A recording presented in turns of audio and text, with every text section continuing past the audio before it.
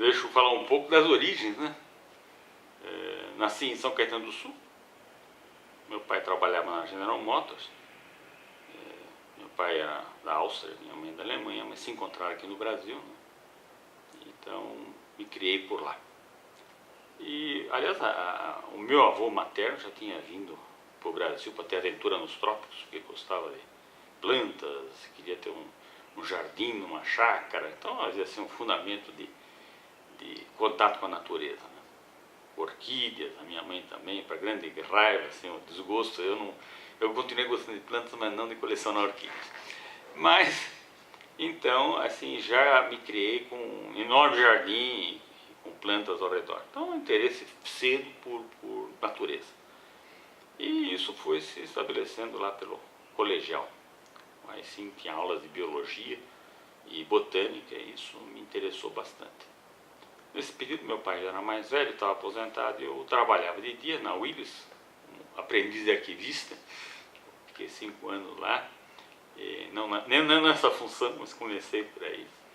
E à noite eu fazia o colegial. E depois, aí veio um ano pesado com tiro de guerra e mais USP e trabalhar, mas tudo bem. Eu fiz uma disciplina só nesse ano, levei 5 anos para fazer minhas ciências biológicas na USP. E quando chegou depois do 2º ano, já podia dar aula no ensino secundário, o professor substituto, aí deu para flexibilizar o horário, e em 5 anos então terminei licenciatura e bacharelado em ciências biológicas. E nisso aí, em algum momento, também com mais tempo e interesse na botânica, começou assim uma espécie de o que fazer no ramo da botânica e taxonomia. Achei bastante interessante, então vamos fazer. E nesse período foi uma época bastante interessante, porque o pessoal do Instituto de Botânica começou a participar de aulas práticas na USP. Eles já tinham assim, uma vontade de criar uma estrutura de ensino especializado próprio.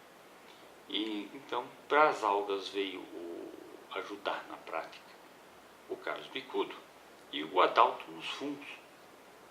E então foi um contato com pesquisa fora da USP. E eles também assim, vem no Instituto de Botânica, existe a possibilidade de estágio, então abriu as portas do Instituto de Botânica. E aí lá fui também querer saber da possibilidade de fazer alguma coisa. Até dizendo, ligo alguns grupos que não tem ninguém trabalhando, um deles era um líquens. Líquens existem como plantas, achei, né? E pteridófitas, né? Então lá fui eu para a biblioteca ver pteridófitas, e ver no herbário, e fuça daqui, fuça de lá, tentando traduzir uma chave do Copland, dos gêneros de pteridófitas, batendo na cabeça. Mas eu encontrava referências bibliográficas de trabalhos em português, feitos com um tal de Brade, em época recente. Perguntei na USP, perguntei para um, perguntei para o outro, né? Tá velho, tá doente, é um velho esquisito, e não morreu ainda. E aí a doutora Berta me indicou alguém que estava em contato com o Brade, porque estudou orquídeas, que era o Guido Pabst. O Guido Pabst era um amador que virou botânico profissional e era diretor de tráfego da Varig na época. Então, a Berta falou, liga para a Varig e pergunta que ele vai te conseguir o endereço do Brade. E liguei, o homem estava viajando, a secretária, só com ele. Eu falei, não, na verdade não é com ele, eu quero o endereço do Brade. E aí um sábado me fui lá para casa onde era o Brade e fiquei conhecendo o Brade.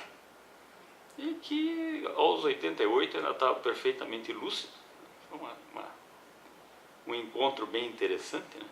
A velhinha regulando o acesso a ele. E aí ele não podia falar muito, ele perdeu o fôlego, né? Deixa embora antes que a velha me ponha para fora. Ele falou, isso ainda vai a algum lugar? Não, ele já tinha dado uma chave, um pacote de separatas, pega uma chave de Doriopteris. Vou tentar identificar esse material aqui com essa chave. Então vamos conversar mais um pouco. Se eu perder o fôlego, o senhor não repara que para a botânica eu ainda tenho fôlego. E esse fôlego durou por 2 anos. Então eu tive uma oportunidade, né, de ter um contato com um pteridólogo. E infelizmente na época, como também ela estava trabalhando, estudando, eu não tive tanto tempo de aproveitar ao máximo. Mas é uma situação bem interessante, né? E a velhinha deles, agora está ótimo. Antes ele ficava me emolando porque queria isso, queria aquilo, agora dá uma procurada na estante, se eu acho, tudo bem. Se eu não acho, ele espera o senhor vir no sábado, aí o senhor vindo e ajuda o senhor. E assim foi uma coisa bem interessante, esse fôlego durou até ele, 90 anos, ele ainda estava lúcido, com as limitações de visão que ele tinha, mas ele queria terminar os trabalhos, e tem inclusive um trabalho em que na introdução ele me apresenta, que eu participei, ajudei a fazer o trabalho, com o gênero XR. Então tenho assim, a honra de ter sido apresentado, já nos idos 69, né, à comunidade através do Brado. E nessas lides eu comecei ele mesmo, se quiser continuar com pteridófita, você vai ter que sair do país porque não tem ninguém trabalhando. E aí veio meu contato, tentar fazer a pós-graduação fora. E aí surgiram duas oportunidades, uma foi com o Jardim Botânico de Nova York, que já vieram as papeladas, mas eu não tinha terminado meu curso ainda, então ele chegou fora de momento, né? E então eu fui obrigado a responder que ainda demorava um pouco, né? Levava uns 6 meses para eu poder me candidatar. E a outra foi com o Tryon, em Harvard. Aí eu fui para lá, comecei a fazer os créditos, e aí veio uma oferta de emprego no Brasil, com a oportunidade de voltar para lá já com bolsa. E aí eu voltei.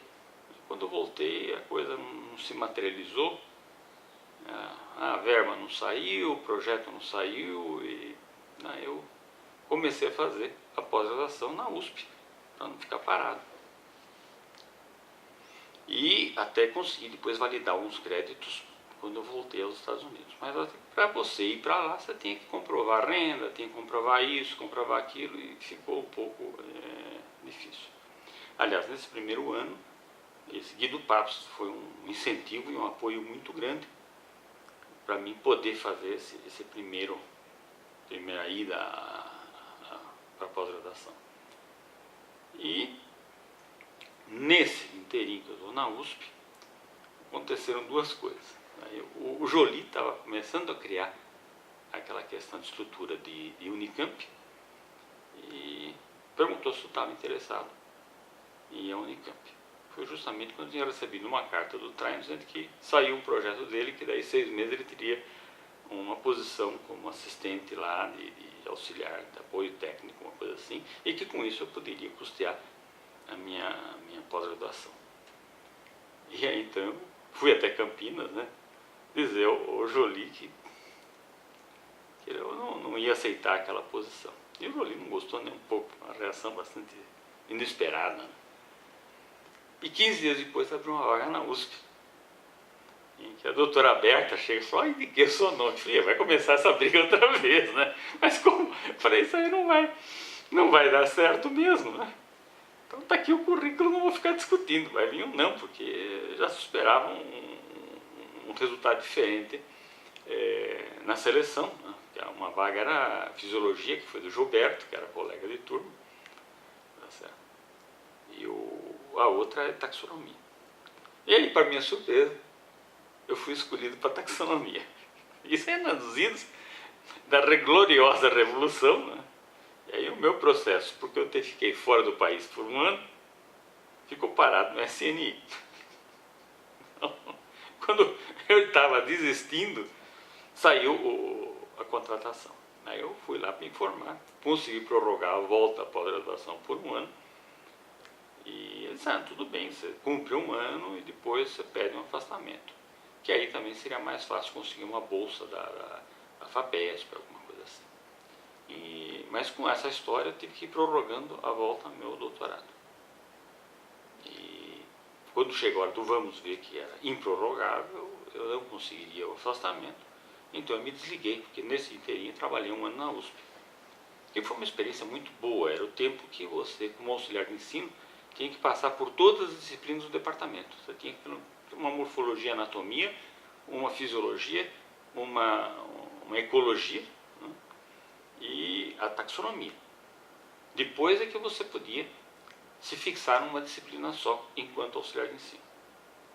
Então, tudo bem, não cheguei a fazer o rodízio todo, mas foi uma experiência bastante interessante, né? Mas, quando colocado diante de perder a vaga de fazer pteridófitas, que eu realmente queria taxonomia, eu tive que fazer uma decisão. E lá fui eu com cara e coragem. E os primeiros 6 meses foram meio bravos, porque eu fui com as economias de um ano de USP, né? E depois, no segundo semestre, saiu a bolsa do CNPq. Aí tudo bem. A minha primeira bolsa do CNPq foi antes disso. Foi em 73, como apoio técnico, via Herbário Bradiano do Pasto. Então, o vínculo com o CNPq vem de 73, né? Depois, em 75, aí vem a bolsa de pós-graduação. E aí, vamos adiante, né? Então, esse vínculo permanece até onde a gente chega no CNPq mais uma vez. E aí eu voltei ao Brasil com o doutorado e voltei em final de julho, que também havia já uma vaga para uma posição que seria no norte do país, mas que também o projeto não saiu e, na verdade, eu poderia ter ficado mais 6 meses com a bolsa lá fora.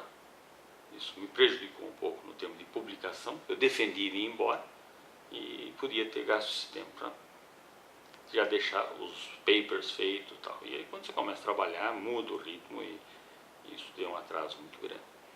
Mas quando chegou, voltei em julho, quando chegou novembro, aí eu abri uma vaga aqui na Unesp de Rio Claro, que era para fisiologia.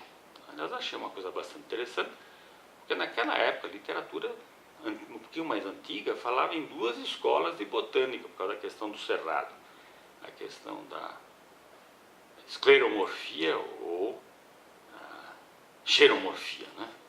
Então se falava na escola de São Paulo, que era o Ravitcher, que achava que o fator era a água, e o Arens, aqui, com o potássio e nutrição mineral. No fim, a escola de Rio Claro estava mais certa, né? Tá certo?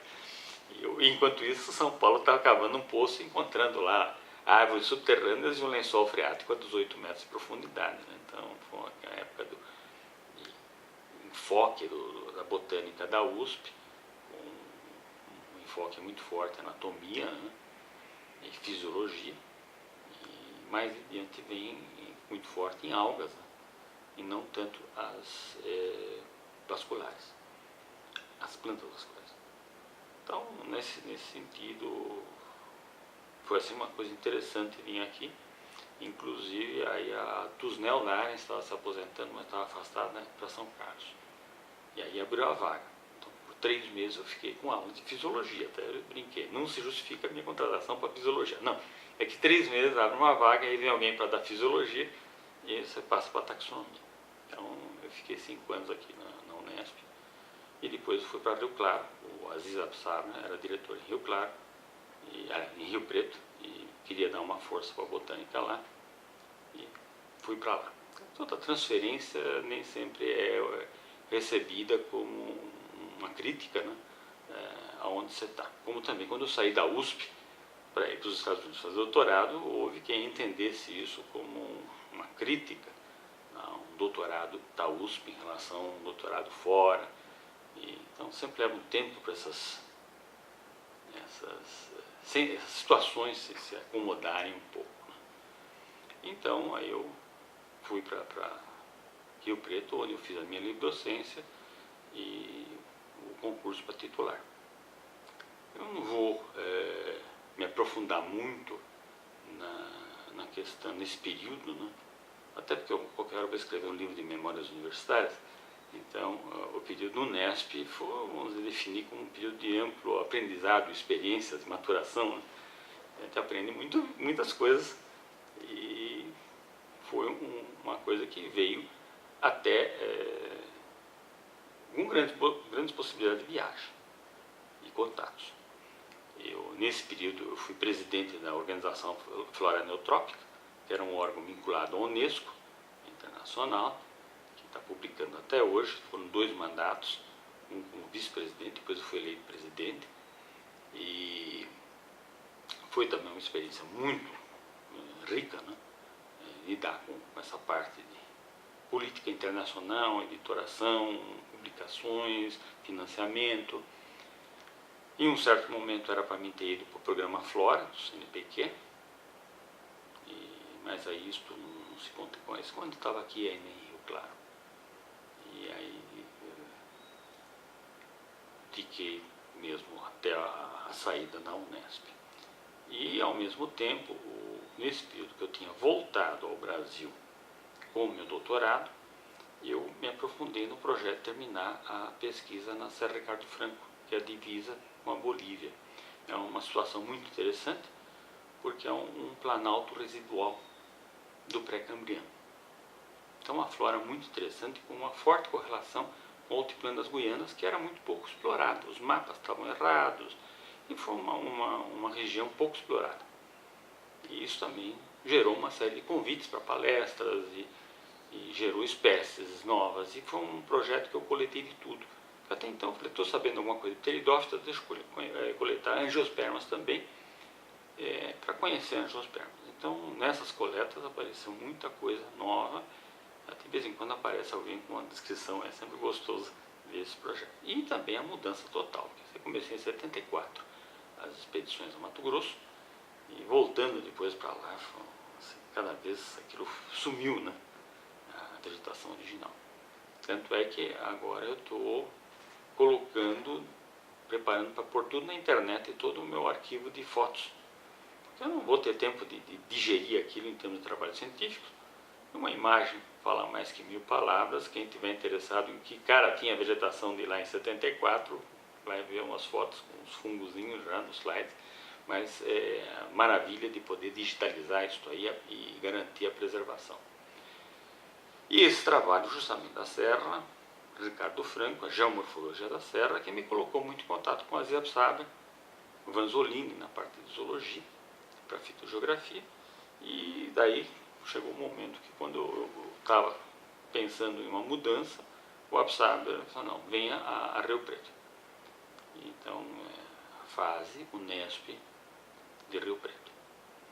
E aí eu voltei uma vez de Mato Grosso, isto foi em 97, e aí começaram os sintomas de malária, né? Uma malária típica, com febrões de 15 dias, e quando foi ver, não era malária, não era coisa alguma, o problema era bem mais sério, e aí eu tive um período, um hiato de 2 anos, em que eu tive uma intervenção muito pesada, foram praticamente 3 meses de hospital, 28 dias de UTI, e aí você tem bastante tempo para refletir, algumas situações assim que chegou lá em cima, consultaram o livro e falaram, não, vai voltar e ser professor mais uns tempos, né? Então volta.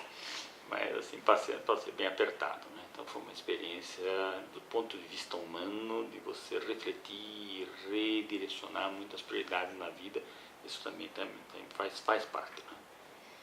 E a recuperação disso foi muito lenta, né? Mas depois de 6 meses eu fui para o campo, finalmente. Era o que estava faltando para recuperar. Então, fui dar um curso na pós-graduação do Rio.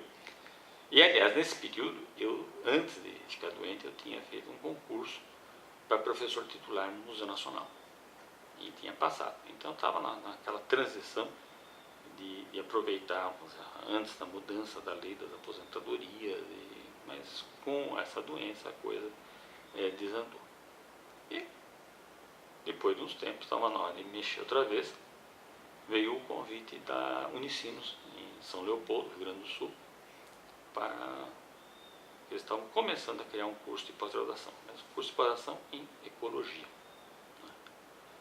E esse curso, com enfoque, vamos dizer, na ecologia, ele teve que mudar. Então, a biodiversidade, taxonomia passa a ser biodiversidade, você tem que encontrar aplicações como bioindicadores. Então, houve um afastamento, vamos dizer, daquilo que eu gosto mesmo, de florística, taxonomia, no sentido de... Mas, ao mesmo tempo, é claro, uma entidade particular para pagar salário integral do professor titular por 40 horas, você trabalhar no máximo 8 horas em graduação e o resto na pós-graduação em pesquisa, é um projeto assim, de alto custo na universidade. Então tem um retorno e uma participação muito grande na vida universitária. Então lá eu fui membro do conselho universitário e esse período foi um período muito rico também. E aí foi um período que eu tive no CNPq, no Comitê de Botânica, onde nos conhecemos, né? Tá certo? Essa é uma experiência muito boa. O Gilberto, que era companheiro lá da primeira contratação na USP, né? Companheiro de turma da pós-graduação. E então foi também a Fundação de Amparo à Pesquisa do Rio Grande do Sul. Então esses órgãos. E desde aquela participação inicial, primeiro Congresso de Botânica lá foi em 69, 70. Aí eu já sempre participei dos congressos, poucos congressos deixei de ir. E aí sim ficou aquela situação que nós estávamos em Curitiba no congresso e não haver chapa para tocar para frente a sociedade. O pessoal do Rio Grande do Sul resolveu peitar e ficou assim, uma briga interna, quem ia ficar na cabeça da chapa, porque ninguém queria, né? Queríamos, vamos ter que fazer alguma coisa. Então, não, fica tu, não. Foi uma coisa bem interessante assim, de integrarmos uma chapa que foi extremamente ativa na sociedade botânica e também se sobrepôs a uma participação intensa da sociedade botânica na discussão das hienes de coleções e coletas lá pelo CATSIS Bio do IBAMA, depois passou por Chico Mendes, né? E aquela limitação das coletas, essa época da pressão de tornar todo pesquisador de campo em um biopirata em potencial. Então foi também um período muito interessante, porque lá se reuniram as lideranças das comunidades científicas. Então, a Sociedade Botânica estava representada a Sociedade de Microbiologia, a Sociedade de Zoologia, a Fundação,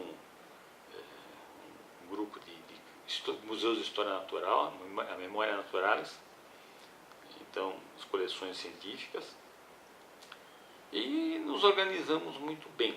Acho que foi uma coisa interessante, porque nós, quer dizer, o próprio IBAMA, ao convidar esse pessoal, catalisou um processo de discussão dessas entidades. E foi um grupo extremamente forte e unido. Nós tivemos, sim, que talvez o IBAMA esperava resolver em um encontro, foram 12 reuniões em Brasília para sair em documento, e o documento não estava do jeito que nós tínhamos combinado, então não vamos assinar, não vamos participar, e foi assim, uma coisa bem de teimosia. Também foi a primeira lista assim, oficial da lista, não, a segunda na verdade, né? Tinha a centúria de plantas ameaçadas que a SBB tinha, a Sociedade Botânica do Brasil, a SBB, havia patrocinado, e agora estão aquele processo de fazer uma grande lista, que entrou a Fundação Biodiversitas e IBAMA por trás, e aí geraram aquela questão de listas e reclamaram com a falta de dados, e foi desdobrado em 2 listas. E, finalmente o ministro do Meio Ambiente sancionou uma das listas como espécies protegidas e a segunda com falta de dados como prioritárias para estudo. Infelizmente pouco se progrediu no estudo dessas prioritárias para estudo, mas foi um grande progresso que em vez de 102 espécies numa lista de espécies ameaçadas, passou-se a ter praticamente 700, e isto é importante. Também era importante que fossem documentadas essas inclusões na lista, porque de fato, se você tivesse uma lista com inclusão de espécies em que algum momento no processo indicava falta de dados, qualquer advogado, aspas, sem desprezo, qualquer advogado de porta de cadeia derrubaria uma liminar que proibisse uma grande obra, uma coisa assim, porque boa parte das espécies havia sido incluída sem dados suficientes. Então, esse cuidado tinha que ser respeitado e ter uma lista forte e que realmente servisse para alguma coisa. Então, mas claro, isso não é a SBB que fez, foram os botânicos que fizeram. também começou a discussão da lista do Brasil. A botânica foi chamada, a Sociedade Botânica foi chamada, e até uma primeira proposta de um workshop e tal, aquilo depois ficou entre o Ministério da Ciência e Tecnologia e o Ministério do Meio Ambiente. Sim, o Ministério do Meio Ambiente tinha o Instituto de Pesquisa do Jardim Botânico, que seria o braço natural de ter sua instituição de pesquisas. Então, num certo momento, isto passou para lá, havia um descrédito, até fora do país, quanto à capacidade de sair uma lista de espécies do Brasil para atender o compromisso do Brasil com a Convenção de Biodiversidade. E, apesar dos pesares, toda a lista inicial ela não é perfeita, agora já está na segunda edição, sendo melhorada. Foi interessante o momento de ver isto sair. Não quer dizer que eu participei muito pouco, mas na discussão inicial a Sociedade Botânica teve um papel também nessa discussão. E quando eu falo sociedade, é a sociedade como um todo. Você entende? Você está lá na frente e você apenas representa, né? Essa é a grande força de chegar. Nós tivemos um congresso com 5.000 participantes, o maior congresso botânico foi de Gramado, né? Com 5.000 botânicos participando. Então, essa é uma coisa importante. Boa parte desses 5.000 eram estudantes, mas significa que há um ramo da ciência no Brasil que tem um papel que deve ser respeitado, a opinião, né? Então foi assim um período bem interessante nessa trajetória de pesquisas. Ao mesmo tempo, volto então agora para a taxonomia, e aí sim eu mantenho um vínculo com a Unicinos, depois de 9 anos lá. Aí eu mantenho um vínculo apenas com um módulo de ambiental, referente a um curso que agora vai passar até a distância, né? Mas era um curso de MBA em Relações Internacionais e Diplomacia, Comércio Internacional e Diplomacia, e que o pessoal tinha que ter uma noção da questão ambiental, porque ela é hoje determinante, né? Então é interessante assim, uma abordagem diferente, em que você põe uma experiência maior, não é necessariamente taxonômica ou biológica. E essa parte especializada, sim, eu já tinha, desde que eu cheguei, já vinha antes de ir, quando eu estava ainda na Unesp, eu já estava orientando alunos da Universidade Federal do Rio Grande do Sul, então como colaborador, né, visitante.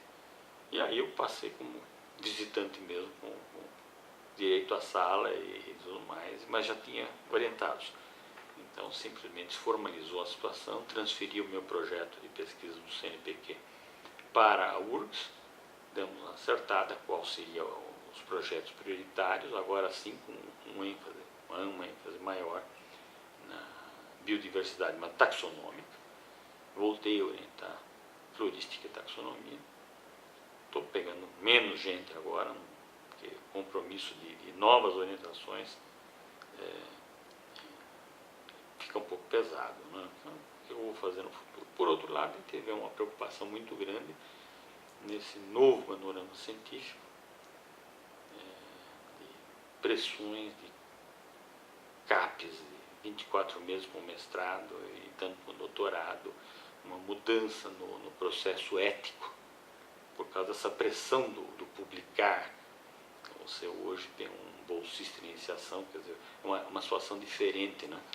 Eu olho para trás e estou pensando que estou interessado em botânica, cruzar com o professor Jolim no corredor. Eu queria falar, não, estou muito ocupado hoje. Semana que vem, se for. Você vai lá na semana que vem. Tá bom, daqui então você passa na quarta-feira, eu converso contigo. Então, era uma situação bem diferente. O financiamento, conseguisse uma bolsa era uma coisa difícil, né?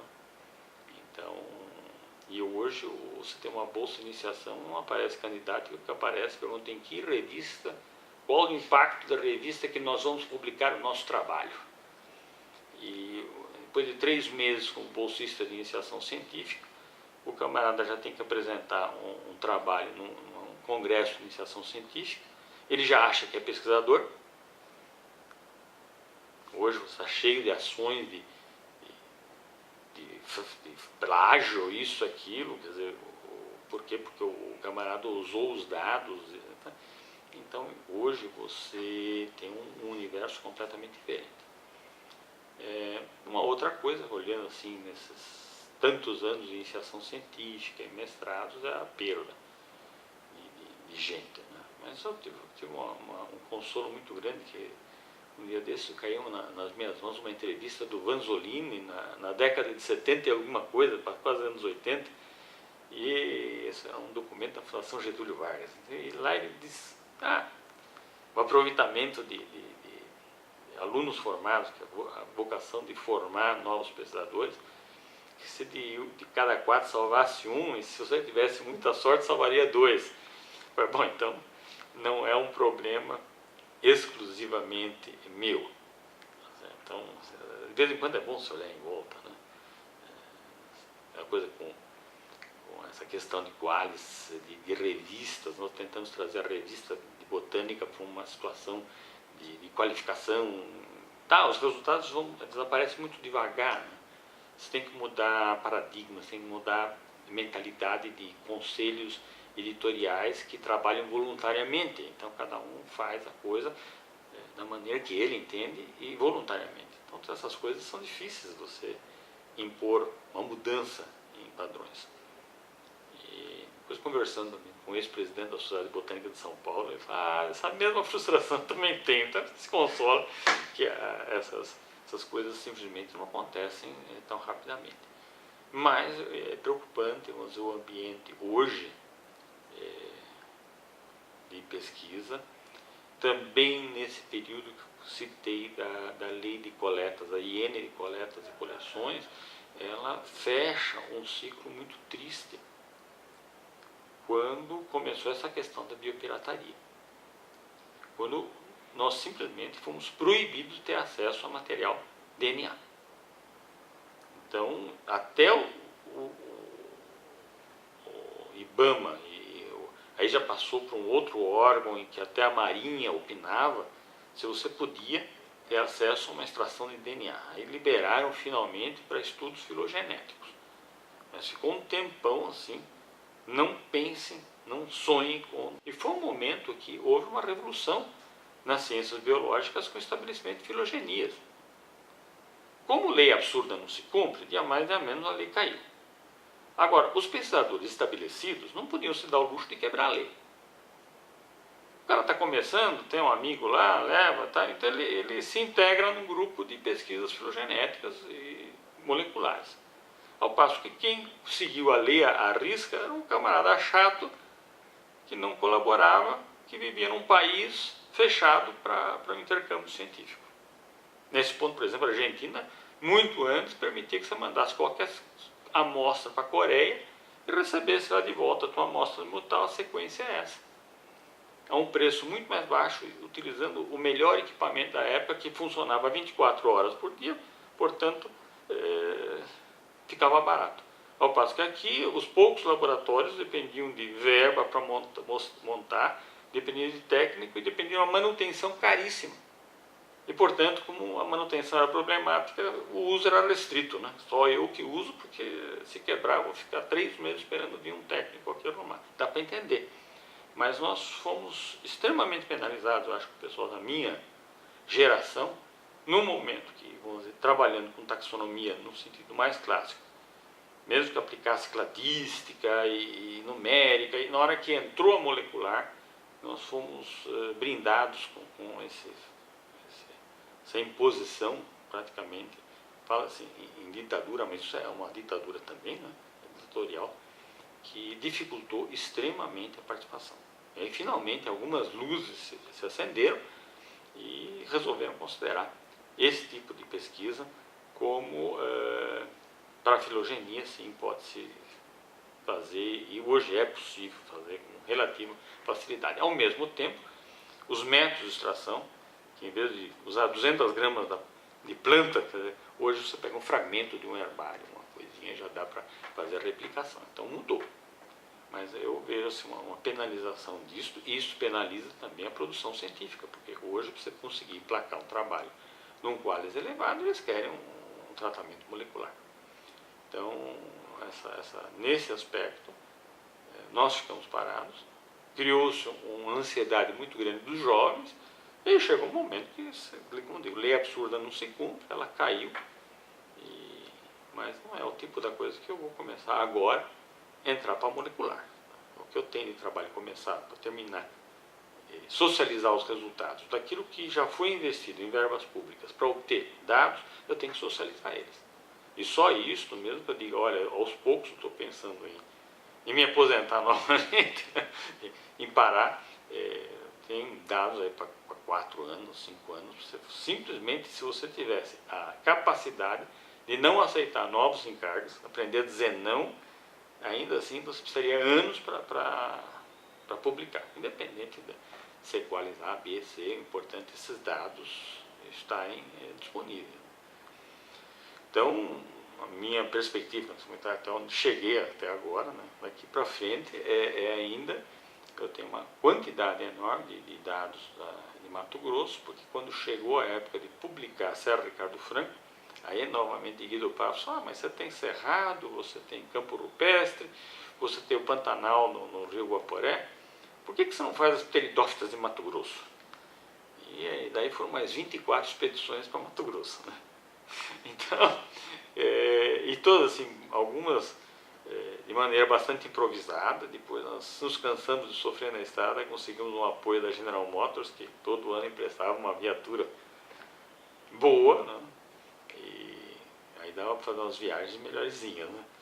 Mas já fizemos viagem em um Fusquinha 63 que nos deixava na mão, começou a cair o motor do carro no meio do cerrado. Então, assim, e claro, pessoal, por que você não escreve um livro de memórias? Tá bom, tem esse. Vou ter um sobre minha vivência universitária, que é umas coisas interessantes, e um vai ser causos, né, de viagem, né? Então, esse qualquer hora que quando eu tiver tempo eu faço. Então, mas ainda tem bastante botânica aí pela frente, né? Então, por aí a coisa. Eu acho interessante também a parte de história, da botânica. Comecei a me interessar pelo desenvolvimento assim, da biologia. Por que o Brasil, aquela história começa, por que se o Brasil tivesse sido colonizado pelos holandeses, pelos franceses, pelos ingleses, mas olha as Guianas. Então, vamos ficar com os nossos portugueses que com todas as limitações trouxeram a biblioteca. Dom João VI trouxe uma biblioteca que hoje está na Biblioteca Nacional, e essa biblioteca até penalizada pelo incêndio e a perda que houve lá em Lisboa antes da vinda, com a política portuguesa do jeitinho, né? Mas você percebe que alguns países têm um desenvolvimento muito maior das ciências. E aí sim você acaba entrando em inquisição, dogmas que prejudicaram. Você vai ver com cuidado, entender melhor o processo de Galileu, né? O que estava havendo, que a interação da ciência com, vamos dizer, uma sociedade que não promovia, ao passo que na taxonomia, se pegar os países protestantes, não tinham esses dogmas, então a coisa andava muito mais. A dificuldade de implantar a ideia de evolução versus religião, que até hoje tem um debate aí. Então, essa parte de história também eu gosto, acabo fuçando, indo atrás, né? Então, fiz uma série de apresentações e o pessoal, você devia fazer um livro disso aí. Não sei, esse eu estou pensando ainda. Eu tenho 2 na fila. Então, é interessante chegar num ponto que você... Chega num ponto que a minha contribuição está aí, né? Eu não estou parando, né? Mas ao mesmo tempo você começa a diversificar os interesses um pouco em compartilhar outras experiências que você tem. Então, e ver o desenvolvimento da botânica, eu acho que é extremamente auspicioso, né? Não sei se eu falei, um congresso, 5.000 jovens, principalmente, vindo para um congresso de botânica. É uma coisa que impressiona, né? O Brasil ainda tem muito por fazer, muito vai desaparecer antes que se conheça, infelizmente. E aí vem, como eu falei, uma frustração. O que era 74 a 79, depois um pouco, na década de 80, a vegetação de Mato Grosso, e o que ela é hoje. Então chega uma hora que não precisa mais falar, porque eu vou falar sobre arqueologia, né? Então põe as fotos aí, né? E talvez as pessoas encontrem mais informação nessas fotos do que se eu estivesse escrevendo um texto. Então, essa mudança, vamos dizer, na ética, mudança no nosso objeto de estudo, que é a vegetação,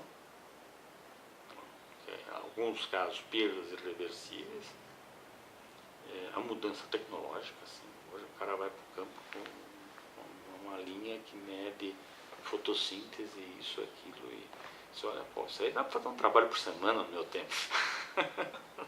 Se comparar, né, o DNA, eu chamado de lunático, antes apareceu no notebook, mas daqui a uns anos você vai ter um negócio que parece uma máquina de escrever, com um lugar que você enfia um tubo de ensaio, e ele vai te dar uma sequência de DNA, e a memória ele vai comparar com o que tem na memória e vai te dizer que aquilo é 95% parecido com não sei o que está no banco de dados. Se for menos, eles não parecem. Você quer registrar como novo? Que nome você quer dar? Põe lá e já vai para o Banco Central. O pessoal você está doido, né? Mas hoje, com a tecnologia que está aí, você não está mais nem um pouco doido. Tá certo? Então, hoje, com a tecnologia que está aí, o filme Jurassic Park podia ser realidade. Já está começando a chegar nisso. E essas novas coisas sempre a gente tem que se atualizar, né? Então, eu acho que era essa não sei se era o objetivo da entrevista. Tá aí, né? Deixa a sua sugestão. Fazer os casos pitorescos da botânica. Que é outro capítulo, né? Fazer qualquer hora um levantamento deles. Talvez conversar com o saco e começar a extrair dele as informações. Né? Tá bom. E agradeço a oportunidade de estar aqui.